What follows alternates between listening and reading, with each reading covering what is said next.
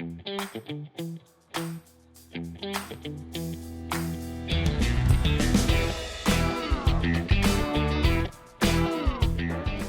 today's episode of the Savage Leader podcast, I had an inspiring conversation with musician Wes Geer. Wes was a founding member of the band Hed PE and also played guitar with the metal band Korn. He shared his inspiring story about addiction. He talked about what that experience was like and how he really uncovered and understood the power of music, which led him to start a fantastic organization called Rock to Recovery, which was started to help people battling addiction and mental illness across the globe. I hope you enjoy today's episode with Wes.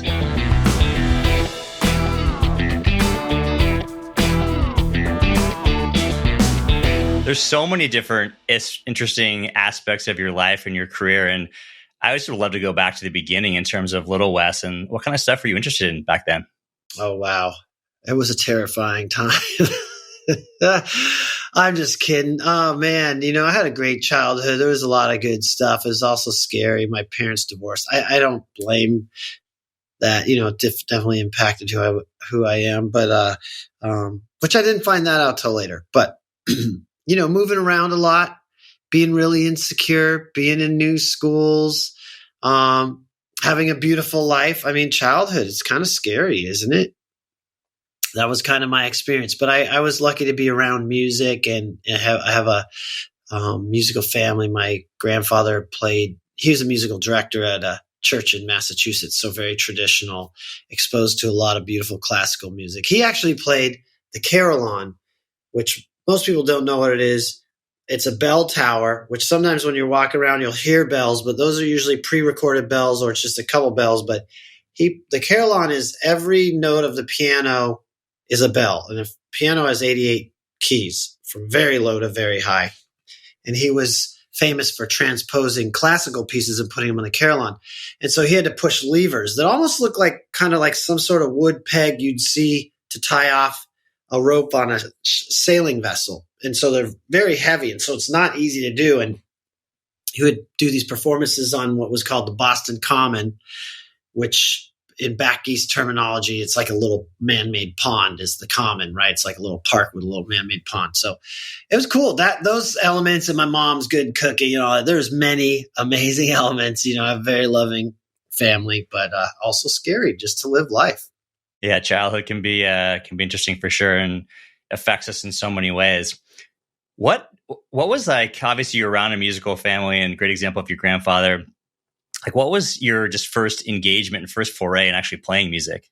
I remember they came to our school, elementary school, and they did like an assembly where people played different instruments, and like you could play this one, or you could play this one.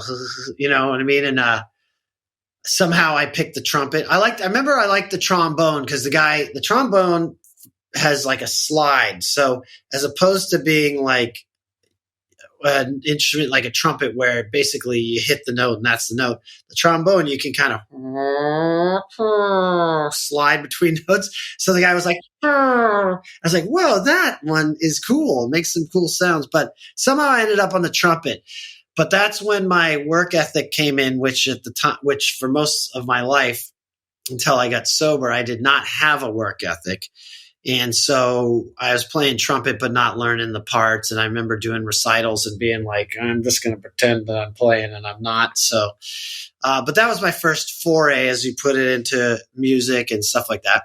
So what led you to guitar? Obviously, that seems to be like the sexy choice for people. I mean, I grew up playing piano and became a little bit disinterested in that and would have loved to have probably started in guitar earlier. But how did you get playing guitar? I always cite this one time, and I must have been under the age of 10, probably between 5 and 10. And my brother played Smoke on the Water I was going to grab a guitar and play it, but I don't have one here.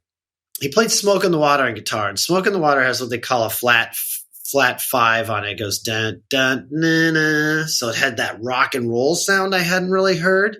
And it's played in the interval of fourths. So it's very kind of edgy and cutting. And I remember going, that sounds cool. A little cooler than classical. Of course, I love classical and these days and see it for its genius, certainly. But that that stuck with me. So when I finally heard rock music, Van Halen, to Dead Kennedys, Sex Pistols, Iron Maiden, Styx, Foreigner, all the stuff, Rush, I was always drawn to the guitar, and I was like, I want to learn how to make these sounds. Oh, Randy Rhoads with Ozzy Osbourne, that was a big one. They were doing like the hammer-ons, which are basically arpeggios in a very legato, meaning smooth way. And they sound kind of classical, so that's probably part of the reason it grabbed my ear. Yeah, it's interesting is so many people have passions for, my kids in sports and want to be pro athletes, or kids pick up a guitar and want to be a professional musician.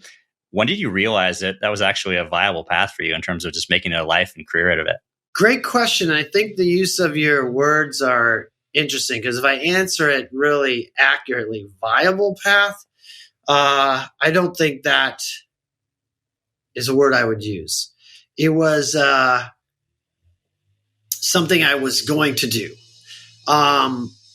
win or lose, success or fail. And this question comes up a lot with people ask, like, well, at least from my perspective as a musician, like, how did you get into it, or what drove you to do it? And I always say I didn't have a choice. I just could not play guitar. I was obsessed. And, in this sense, it's interesting. And I don't know if it's like attached to an ADD thing, anything I didn't care about, I just couldn't do, wouldn't do, no ethic. Guitar, I was obsessed. I played for hours and hours and hours. And I can't comment on like being a Kobe Bryant, because I'm not Kobe Bryant. But when you hear stories of guys like that who are at the gym earlier than everybody else, you know what I mean? Nobody's forcing them to do that. They're already pros. But the point is, it's like I think people in these kind of stories, it's a passion that is unwavering and undeniable, And so while I had a lot of friends that loved to play guitars around the neighborhood who had talents and skills, I just played more than them, and I tried harder than them, and because I loved doing it. I mean, same thing, right? Kobe and the likes of Kobe got to the gym earlier. You outplayed them, you outworked them. Yeah. And, sometimes who knows, I'm hypothesizing, but maybe with some athletes, it's like, I don't want to go to the gym at 5 a.m. today.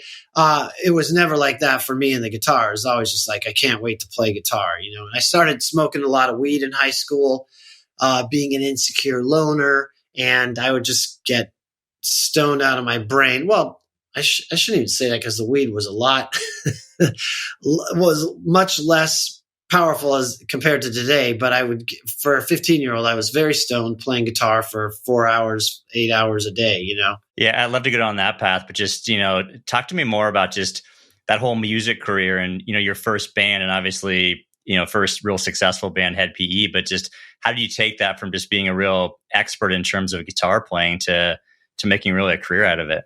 Yeah, every band's different, and bands are kind of like, they're like a business in the sense that, like any business that comes together, when you're launching, let's say the business, obviously businesses grow and add employees, but a band, like, who's the leader, who's writing the most, Kurt Cobain in Nirvana, clearly he's coming in with guitar parts and vocal lines. Pretty much the song in a technical sense is done, and the guys add bass and guitar, right? So there's all versions of that, right? So for me, in my experience, I was always kind of a leader with my bands, like coming in with an artistic direction. And it's tough to keep members together. It's tough to be on the same page. You have egos, and I want to do my song, or, somebody's on restriction when you're in high school or whatever, you're trying lineups and ideas and you're learning. And I was just unrelenting. I had my first band we didn't have a singer, and we were horrible, but we were, for our age, pretty good on our instruments, but it didn't go anywhere, just a garage band. And then, I remember almost giving up on music. And then my former bass player, who was just a monster of a talent, he still is, said, come play with me and this guy, Greg. And I listened to the music, and I was like, anyway, he goes, we got a show at the Whiskey A Go-Go, world famous club in LA. And this is, mid 80s probably, or late 80s probably. And I did it, and it got me on stage, and that kind of lit my fire like, oh man, I got to keep doing this. This is cool. And so I played with a band I didn't really like for a while, and it was his band, but I tried to, infuse my style, and then it just even didn't work even more. We were all friends, but we just split up. And then I started forming a new band, which became Hed PE. Well, we were Hed at first.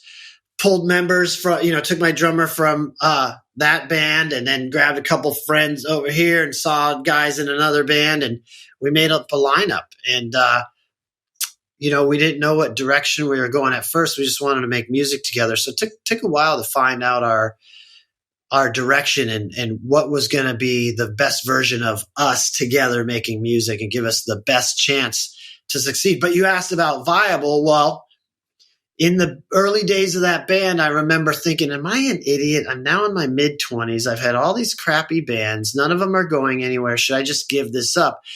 But then, as the story goes, the singer and I did way too many mushrooms and went to a concert when we were trying to figure out what direction, and we saw Beastie Boys, Cypress Hill, Rage Against the Machine, and we're like, that's it.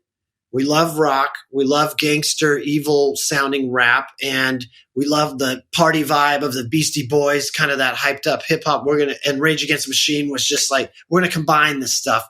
And that gave us our direction for which way to go. And then after that, people started coming to clubs, and we could see that what we were doing was really working. So then when the record companies start coming, you're like, okay.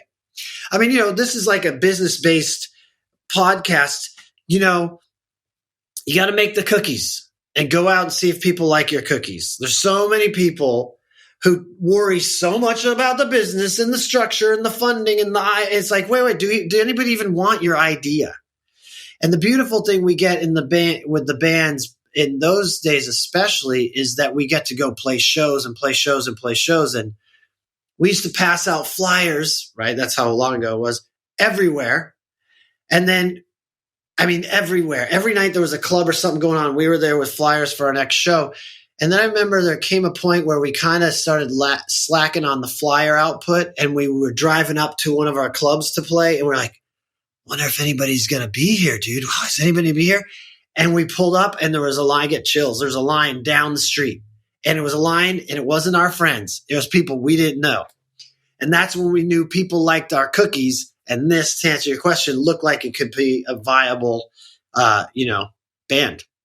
That's awesome. It's so inspiring on so many levels, but I appreciate the connection back to business in terms of seeing if people like your cookies and doing that research. But gosh, it's one thing to put a product out in the world that people go, I don't need that piece of software, but to get up there on stage and just be vulnerable. Here's this new genre of music. It sounds like even, I think you called it G-punk, but like putting yourself out there, like, how do you go about doing that in a really vulnerable way? I just think you don't have a choice, and it's funny because I love my guys in my first band in Hed. But I even think, with time, stories change. But the singer and I we told you our direction, but, our drummer wasn't feeling it. Our bass player was like, was from England. He's like, I don't want to be in some sort of hip hop rock band. Keep in mind, nobody had really done this at the time. It was before Limp Bizkit. It was, before a lot of these bands. And, you have to stay convicted and persevere, and, it's who I am. When I want something, I'm just going to go. I'm going to take chances because I'm happy in that place. I'm actually happy. I get scared as fuck. I want to quit. Sometimes I want to cry, but I'm happy in that place of like, this is what I want to do. Let me go try it. I don't believe in failure. It's kind of like a lot now. You can see I've got a few gray hairs. I'm not a spring chicken anymore. Now, a lot of times I think about like, if I'm on my deathbed, what am I going to regret? What will I wish I did different? And it's stuff like that's why I started a new band at my ripe old age, because if I was to die tomorrow, I'd be bummed I didn't make any more music. Well, yeah, what if it's a waste of time? Well, fine. I'll know that at least I'll know I won't be on my deathbed going, God, I wish I tried this and tried that, Yeah, I love that. Well, it's for the right reasons, right? It's for you and your own personal gratification, it sounds like. Yeah, and I think that's key too, right? We have to do it when it's in our heart, and it ties in all those anecdotes we hear of, if you love what you do, you never work another day in your life, et cetera, et cetera. Yeah, I just keep the image I have is of you pulling up and seeing this line around the corner, and the word I think about is validation. And I'm just curious. Just and you talked about getting chills. Like, what was that like in terms of just pulling up and blood, sweat, and tears? You're forging this new type of music, new genre of music, and you see people just come out in droves that are not your friends. It's the greatest feeling, and I don't know what it's like in other realms of business and creativity because what's it like for Elon Musk, who bought Tesla, and now Teslas are everywhere. For me, it was like there's something about getting to play for people. You do quantify like, hey, we've got success. People are into our art so much that so many people show up. But it's also kind of like the next experience after that, which is we get to now experience this music with these people. And that, as a musician, for me as a songwriter, when I'm writing a song, I'm thinking about like, what's it going to feel like? I do it for me. I don't try to chase somebody else's feeling, but I do take in consideration if I'm out in the audience and I heard this, what would it feel like? And so that's like so great. To use a silly metaphor or comparison, it's probably like when you're in love, right? When you're in love and you can finally give yourself to somebody, you can finally write the cheesy love letter and buy the flowers, and you know what I mean? Until you're in love and have that partner, you can't express that part of yourself, right? I mean, you can with friends and whatever, but there's something very magical about experiencing music you've written with a room full of people. Talk to me about that a little bit. I think that's really interesting. And it's like, in the business product development perspective, I think about co-creating with your customer, but what's that experience like in terms of writing, for your audience, but then also not just creating it for them, but also experiencing it with them? That's pretty unique. Yeah. And that's one of the beauties of rock music that I think if you look at, hip hop's like the biggest music in the world, yada, yada, all these things we could say, but so many people want to be rock stars for a lot of reasons. But one of the very cool reasons is because what we do to audiences, like because we're kind of heavy and, people start moving, they start dancing, maybe they do a pit, they're stage diving, they're singing the lyrics. So, you're sharing energy back and forth, and there's only certain times in life when you can do that. Right. And it's really special. It's like sexual, it's expressive, it's emotional, it's celebratory. It's all these different things. It's anger and release, and, yeah, I don't know what else you could compare it to, Yeah. It's interesting is I think people can maybe relate to speaking in front of a room, but just to perform in front of, 50, 60, 70, 80,000 people. And what's that like? But not just the rush, but how do you get prepared for that? I mean, that's, you're out there, right? You got to deliver. There's no safety net for you. You got to go nail it. Yeah. Well, so the Hed, which, like I said, is kind of the leader of that band. And so if I mess up, big deal. We were drinking a ton in those days and probably playing pretty darn sloppy. So it's funny because I remember somebody said, hey, don't you get stage fright? And I was like, nah, not me. But well, yeah, because I'm drinking a couple I have a Jack and Coke that's this big. And I'm like, I have one drink before I play. It's like, bro, it's like 6 Jack and Cokes, But then when I got the Korn gig and then I'm sober and it's not my band, and I'm a hired gun and I didn't write the songs. So they're not like second nature. There's, it wasn't like I'm playing, Paganini or something, but still at the same time, there was a whole other pressure. And now we're playing not to a few thousand, but tens of thousands of people with, by the way, a band that was notorious for firing musicians that didn't work out. That was terrifying. And luckily by that time had some spiritual practices of meditation and what you learn in the realm of spirituality, which to me is the same thing as like an athlete getting ready for a big game, is you got to lean into it, man.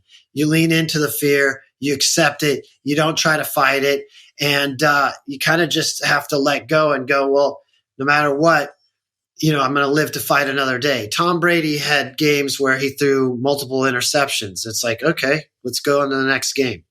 But I did have some bad gigs where for 3 days I'd be like wanting to kill myself, to be dramatic. Yeah, but I can imagine, it's like, I don't know, in business or even in sports, you don't have this perfection of the recorded song that you have to try to deliver to. Maybe it's different in a live experience, but I mean, it can be pretty clear when you actually deviate from the standard of what's on the album. Yeah. Well, luckily in that kind of a band, it was artsy and kind of, they use a lot of dissonance and stuff. So there was a little leeway to get raw and creative in there for sure. It's funny because I remember Korn's fans are like fanatical there. And, Brian, the guy I was filling in for, is a super important part of that band. And so as I was in there, a lot of the fans are, watching on YouTube and going, we like this or we don't like that, whatever. And so one night when we were playing, I want to say Rock am Ring, a giant German festival that's like 80,000 people, I had probably the night of my life. I was on fire, just perfect. But when they also broadcasted it out to Germany, Korn's performance on like a network TV, wish they would do that in the States. But so when they do that, they have a sub-mix truck. So you have one mixer who's mixing it live, our guy we bring for the audience. Then for the TV, which I don't know why, but they have another mixing truck that sends the TV stuff because maybe it's a little different or whatever. And the guy in the TV truck messed up. So he had Monkey, the other guitar player's guitar, almost non-existent. Mine was real loud. And then they had Zach, the keyboard player, who a lot of the times it's just a texture underneath. Korn's more of a guitar-driven band. But his textures are kind of haunting and why, right? So anyhow, they had the keyboard way too loud. And so in the chat, I'm like, I just had this show of my life. Yeah, I just crushed it. And it's on TV, And so then I would see in the YouTube chat, this new guy, Wes, sounds horrible, blah, blah, blah, because the fans didn't know they were hearing the keyboard. They assumed the guitar they were hearing was Monkey. And anyhow, it was like a fun moment. Nobody knows that. It's like, they've played a million shows before and since. But I remember, damn it, I was crushing. That was the keyboard, not me. And it wasn't that Zach played poorly. It's just the keyboard doesn't sound like a guitar. So these discerning fans were like, I don't like the sound of that new guitar player guy. I mean, I can relate to that, not on that magnitude, of course, but just hearing negative feedback about things is like, how do you overcome that? I mean, obviously you talk about failure is not an option for you, but I mean, just something you just shrug off, or how do you get through that? I think it's the same as a lot of things, but there's a lot of parallels in other careers and professions and stuff. But like as a musician, you have to have your own internal guidance. That some people are like, hey, no offense, I don't like your band. It's like, okay, I'll take you to the cookie aisle. You're even cookies and you're only going to like 2 of the cookies there. I'm not offended. This is part of it. And so you got to know how to stay true to you, make yourself happy, hear the chatter, and know which stuff to take and which stuff to leave. And usually for me, if I'm unsure of something, let's say I'm like, I don't know, this chorus is kind of like too wimpy. And somebody goes, I don't know, the chorus is wimpy. You go, I thought that too. If you're like, this is the dopest chorus I've ever written. Somebody's like, I don't like the chorus. You're like, whatever, I feel good about this. And so you have to have your own internal guidance system, if you will. You know what I mean? And then some stuff you maybe don't know. You leave it open like, okay, I'm not sure. But you're going to be judged. Some people are going to like it. Some people aren't going to like it. And that's part of it. And I know I do have artist friends that can't handle it. They lose it. And I'm sure there's instances when there's megastars that just get beat up on stuff and it's just so mean. And the vitriol out there can be overwhelming. I fortunately haven't had much of that experience. But, you got to shrug it off, get your support, and move on to the next episode. Yeah, but I love that, though. I mean, just what to shrug off, but certain things you're like, hey, I know this is great. I'm not looking for feedback, but also you're putting stuff out there that you do want feedback on. I think that's kind of a cool and helpful way to look at it. Yeah, it's really interesting, but I can only speak for myself. I know what I like, and I know what I believe is good. And it's interesting too with my new band. Also, is it's weird because Hed, we talked about selling out clubs, and then Korn, massive, and then now I have a new band that people don't care about yet. We're brand new. I mean, we do have people who like our music, of course, but it's not a done deal, right? And so it's new, and what I look for in that realm is people who I respect's opinion. Like one of my friends, Chad Gray, who sings for Mudvayne and Hell Yeah, he was like, dude, I really love what you're doing. I was like, okay, if you love it, it's not in your genre, it's kind of out of the box, I respect your opinion, that's something I'm going to hold on to. You know what I mean? So I think there's moments in time where it's important. And then to make a point is like sometimes there's people, I was thinking of this time where this guy was telling me what a great singer he was because he sang at backyard parties and everybody told him he was great. And I was like, yeah, that's your drunk girlfriends who don't know anything about music because you're not great, dude. You know what I mean? Like, so you got to know. I know there's going to be an element of people where I could have the worst show ever and they're going to be like, you're the best guitar ever. And it's like, I know not to buy into that because I know there's, you know what I mean? There's some people that don't know when they suck. I don't know what to say about that part. Oh yeah, knowing what to take to heart and what not to take to heart. So I wrote something this week. Because I was laughing with my kids. And so I wrote a book, The Savage Leader, and this one review said, this book is anything but savage. And my kids they're 9 and 11, just dying laughing, giggling and just, Dad got roasted, So it's like, yes, take certain things for the grain of salt for sure. So, well, and especially in web world, what we know in web world is it's like these people hiding behind computers who are grumpy, who just want to fucking throw daggers at people. And it's like, who cares? I'd love to switch gears a little bit. I know obviously, there's been some big transformational moments in your life, but I would be curious to hear, what was it that ultimately led you to start Rock to Recovery? Yeah, it's cool because so many of the thanks for asking. There's so many of these podcasts or interviews I do. They're more recovery based, but like, dude, I got some crazy stories on a more like transformational, manifesting, making shit happen. I want to share, this isn't to answer your question, I want to share a story in here that I think is good. Is Korn offered me the gig to come play with them. And months went by and I wasn't getting the gig. The guitar player wanted me in. The singer was like, I'm okay with the guy we got. So internally, they hadn't made a firm decision. And meanwhile, I knew the Monkey had said, hey, I want you to come play for us. Meanwhile, they're leaving on a tour for a month and they come back, leaving on another month tour, another 2-month tour. I'm like, I got to get this gig. And it kind of will all tie in. And I thought of what some of my favorite, most inspirational people did. And what they all did when I analyzed the lives and stories of people who I admired, they all had some raw talent. They had a lucky moment, like an opportunity that dropped in their lap. And when that did, they went, I don't have a better phrase for it, they blew it up, meaning like they went above and beyond. So I took the last of my money and flew out to a Korn show where I knew was in a small market, so they wouldn't have a bunch of press there. Handed them a CD of me playing every song in their live set, knowing that nobody listens to CDs at that time, and this is 10 years ago. The hardest thing to do is get a band to listen to a CD, ironically enough. And I was walking up, and I knew I had to talk to Jonathan, the singer. And I went to Jonathan's tour bus, and I said, hey, to his assistant, can you get Jonathan out here? And he walked away and came back. He goes, Jonathan's busy. I was like, okay. And by this time, I was at the end of my little, tour with them. Like I was going to a few shows. I was going to go home, no money. I didn't get the meeting with Jonathan. I was walking away, and I remembered this saying I heard: your life will be determined by how many uncomfortable conversations you're willing to have.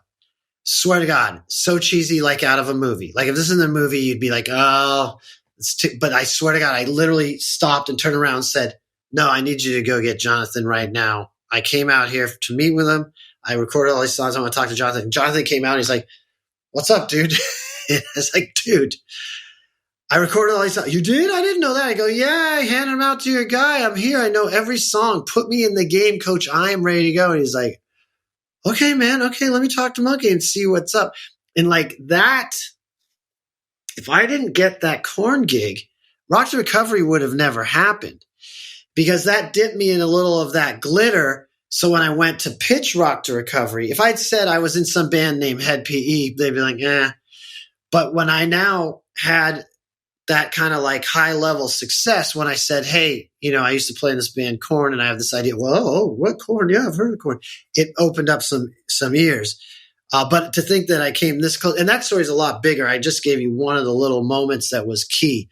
And so when the Korn gig was going away and Brian Head is his nickname, was coming back to the band, I was terrified. I barely graduated high school. No career, no degree, nothing, just been a musician. I went back to some spiritual teachings, philosophies I had been taught. I am in the 12-step program of Alcoholics Anonymous, and the 12 steps are designed for living that takes spiritual concepts from the world for many, many years, and it talks about we can pray for ourselves if others are to be helped. So when the Korn gig was going away, I started wanting to slip into like self-pity. Like, I just had this incredible gig. I'm a rock star. Now I'm going to be 40 something years old, out of work. And just like, what am I going to do? Friggin' gas station? I mean, I'm clueless. And so I said, okay, wait a second. God didn't send me here, or the universe. I'm not sent here to have this miserable life. And it's certainly been challenging so far, aside from the Korn gig, which was a great payoff for my recovery efforts. But it's like, if I'm supposed to be a musician, I'm supposed to be sober. How do I help people and make a living? And that's when the idea of Rock to Recovery came to me. And it was just like, I just want to make a little bit of money. This is going to be a nonprofit and help people and pay my bills. And so I started pitching the idea for Rock to Recovery based on my experience in rehab. I went to a rehab to get over meth and heroin and alcohol addiction. And in rehab, there was like 22 dudes, and, there's all sorts of weird personality energies in there. You're full of shame. I'm in rehab, right? So I'm full of shame and guilt, and I feel like a loser, and I'm self-loathing, and I'm lost. What am I going to do in my life? What's I going to do in my career? I've got repos and bad credit. And so we're all bringing that energy in there. But I noticed that when I would twang my guitar, I could transform the energy of the room. So that was my endeavor, to try to bring music into treatment. And again, kind of like back to the cookies idea, I had tried to do a business before that, which was a kind of a charitable music-based business, total different model I won't bore you with. But we spent so long designing the marketing materials and the numbers and the docs and the business plan, we never tested our cookies. So I had already learned that. I've spent 6 or 8 months on that previous thing that went nowhere. So with this one, I just made the shittiest PDF ever, and I just pitched and pitched and pitched and pitched. And for 8 months, I pitched it. And I would go, hey, I have this idea. I want to bring music and write songs with people in treatment. They go, wow, that sounds cool. Oh, cool. You want to hire me? No. Okay. And I went on and on and on until I was down to the last little lead I had. It was an old friend I knew. And I was like, should I call Paul? Nah, I won't call Paul. I was like, well, if I don't call Paul, I'm really done. So let me call Paul Moen, old friend of mine from the party days who had been sober for a long time. He owned a treatment center, and I pitched him on my idea, and he gave me a chance. I didn't know what I was going to do. I just knew I was going to bring guitars and music into treatment and try. I had a basic idea. I want to write songs with people. My brother, who's like a genius entrepreneur and a musician, he's like, wait, you're going to go in with a bunch of people who haven't played music and try to write songs? And I was like, oh my God, you're right. It's a horrible idea. Shit. So then what I got into, they go, we want you to start like next week. And I was like, oh fuck. So I go, I need 2 weeks. You got to give me a couple weeks. I didn't tell him why. I just need 2 weeks. And so then I went and I saw that famous TED Talk about Apple computers and the why. I don't know if you've seen that, but it's super famous. Basically, the concept being like traditionally prior to Apple, people were like, hey, you want a computer? Excuse me, buy my computer. It's $5.99. Apple was more like, hey, you want to have your photos and your email and your stuff and all integrated? You want that experience? This is how you get it, right? So that helped me. So I went into that treatment center with a bunch of dudes, junkies and alcoholics, and I just told them why I was there. You're going to be in treatment. We love music. Don't you think there should be music in treatment? Yes. I go, okay, cool. I'm not even sure what's going to happen right now, but we together are going to do this idea I have, and let's try and be amazing. In the first session, it was almost a shit show. I was terrified. It was almost like, because, everybody, it sounds horrible what we're doing. And then right at the end, it came together and I was like, holy fuck, that was pretty amazing. I won't tell exactly what I do because it's my trade secrets, but it was just getting out there and getting people to try the cookies, And then through the years, now we're 10 years deep. Our cookies are tasting pretty friggin' good. Yeah, so cool. I mean, it's just going out there and trying something that's scary as all heck for you to do. And yeah, I love that. I love, because I can imagine how painful it was in the moment, but it feels like it's all falling apart, and you find that moment of genius and you bring it home at the end. You realize you've got magic. Yeah, there was one thing I did in that session. It was going horribly. And again, I'm not going to share it because it is my little trade secret. But it was like, I had this little backup thing I did. And then right when it was going, it just sounded horrible. I was like, oh my God, maybe I'll try this. And then all of a sudden it started coalescing. And to be honest, every rock to recovery session I did was like that, where it gave me horrible anxiety beforehand. If the session's 2 hours long, it's like an hour of hell and nerves and being terrified, anxiety. This is going to suck. And then right at the end, it comes together to the point where we'd be like, we did it. Kind of like a team who just came back from, a 20-point deficit in the fourth quarter where you're just depressed. And then all of a sudden you're the victors and you're like, wow, we did it. Yeah. And there's a lot of that. And I love talking about this stuff again in the business parallels. This is how these stories go. So talk to me about some of the impact on people. I mean, you talk about people, I know obviously I knew you through Christian Gibbs, but in terms of just the impact on people with, mental health issues, obviously addiction issues, like what's been some of maybe even share a story of someone who's gone through your program and just the benefits that they gain from it. Yeah. So I came in just thinking music's cool, right? It makes you feel good. Why don't we use more music? Very simple, what's the need? There needs to be more music in the world helping people. Then when I got in there, one of the fortunate episodes I always refer to was very, very early on. It was a huge gift from the universe. This guy came into the session a little bit late. We already kind of started writing the song a little bit, and he was a junkie who was detoxing from heroin. And the heroin detox is like having a horrible, horrible flu, except you can't sleep. You certainly can't eat. A lot of people are defecating or they're incontinent or whatever themselves, and you're suicidal. It's just like you're crawling out of your skin.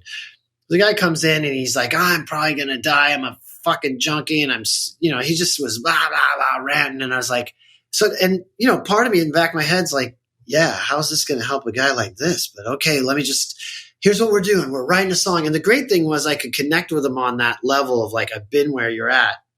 All I had left is a little pink shaker. It looks like a pink egg.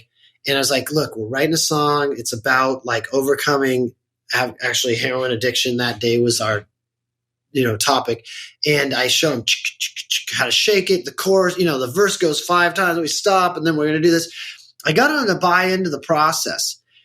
And about midway through, he's like, wait. So the verse goes 4 times, then we stop. And I go, okay, he's getting into this. By the time we're done, this guy I get chills on this too. This guy who was physically sick, also mentally didn't want to live, was like, that was amazing. Are you going to be here next week? Oh my God, cool. And I was like, okay, wait. I just watched music transform this guy's physical ailments. And in clinical sense, help him with measures of wellness. That's what they want to know. So he had hope because he was excited about next week. He had, he was looking forward to the future a little bit more than before. And so what we know, so that was a huge moment for me, kind of like a gift from the universe to say, this is more powerful than you imagine, my friend. And, what we know, what I've learned since clinically is that, music, when we listen to it, engages half our brain.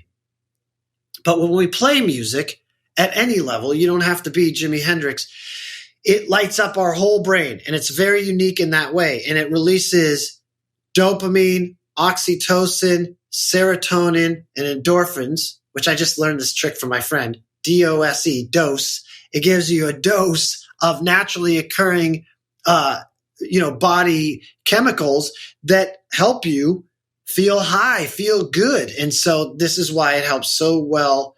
And oxytocin helps you feel connected too. So most people who are depressed or addicts or struggling, they feel so isolated and alone. So we're giving them a very natural dose of natural brain chemistry without drugs. I'm curious, you're a career musician, you have this you see this opportunity to transform people with music. You see the experience firsthand.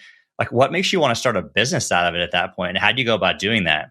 Well, I was desperate. I had nothing, I had nothing else to do. So there's another thing they say in the AA Big Book, which is we do this stuff out of necessity rather than virtue, meaning, while we're doing good things, trying to help other alcoholics, and it seems virtuous and altruistic, we're really doing this truly out of necessity to save our own lives.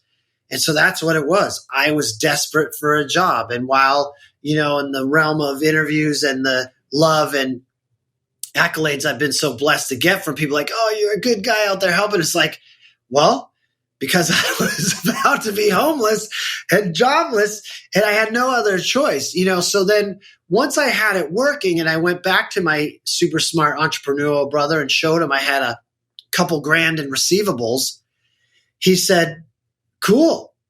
And I was like, wow, he doesn't seem very impressed. He goes, is it scalable? And I was like, is it scalable? Yeah. Who could I teach how to do what I'm doing?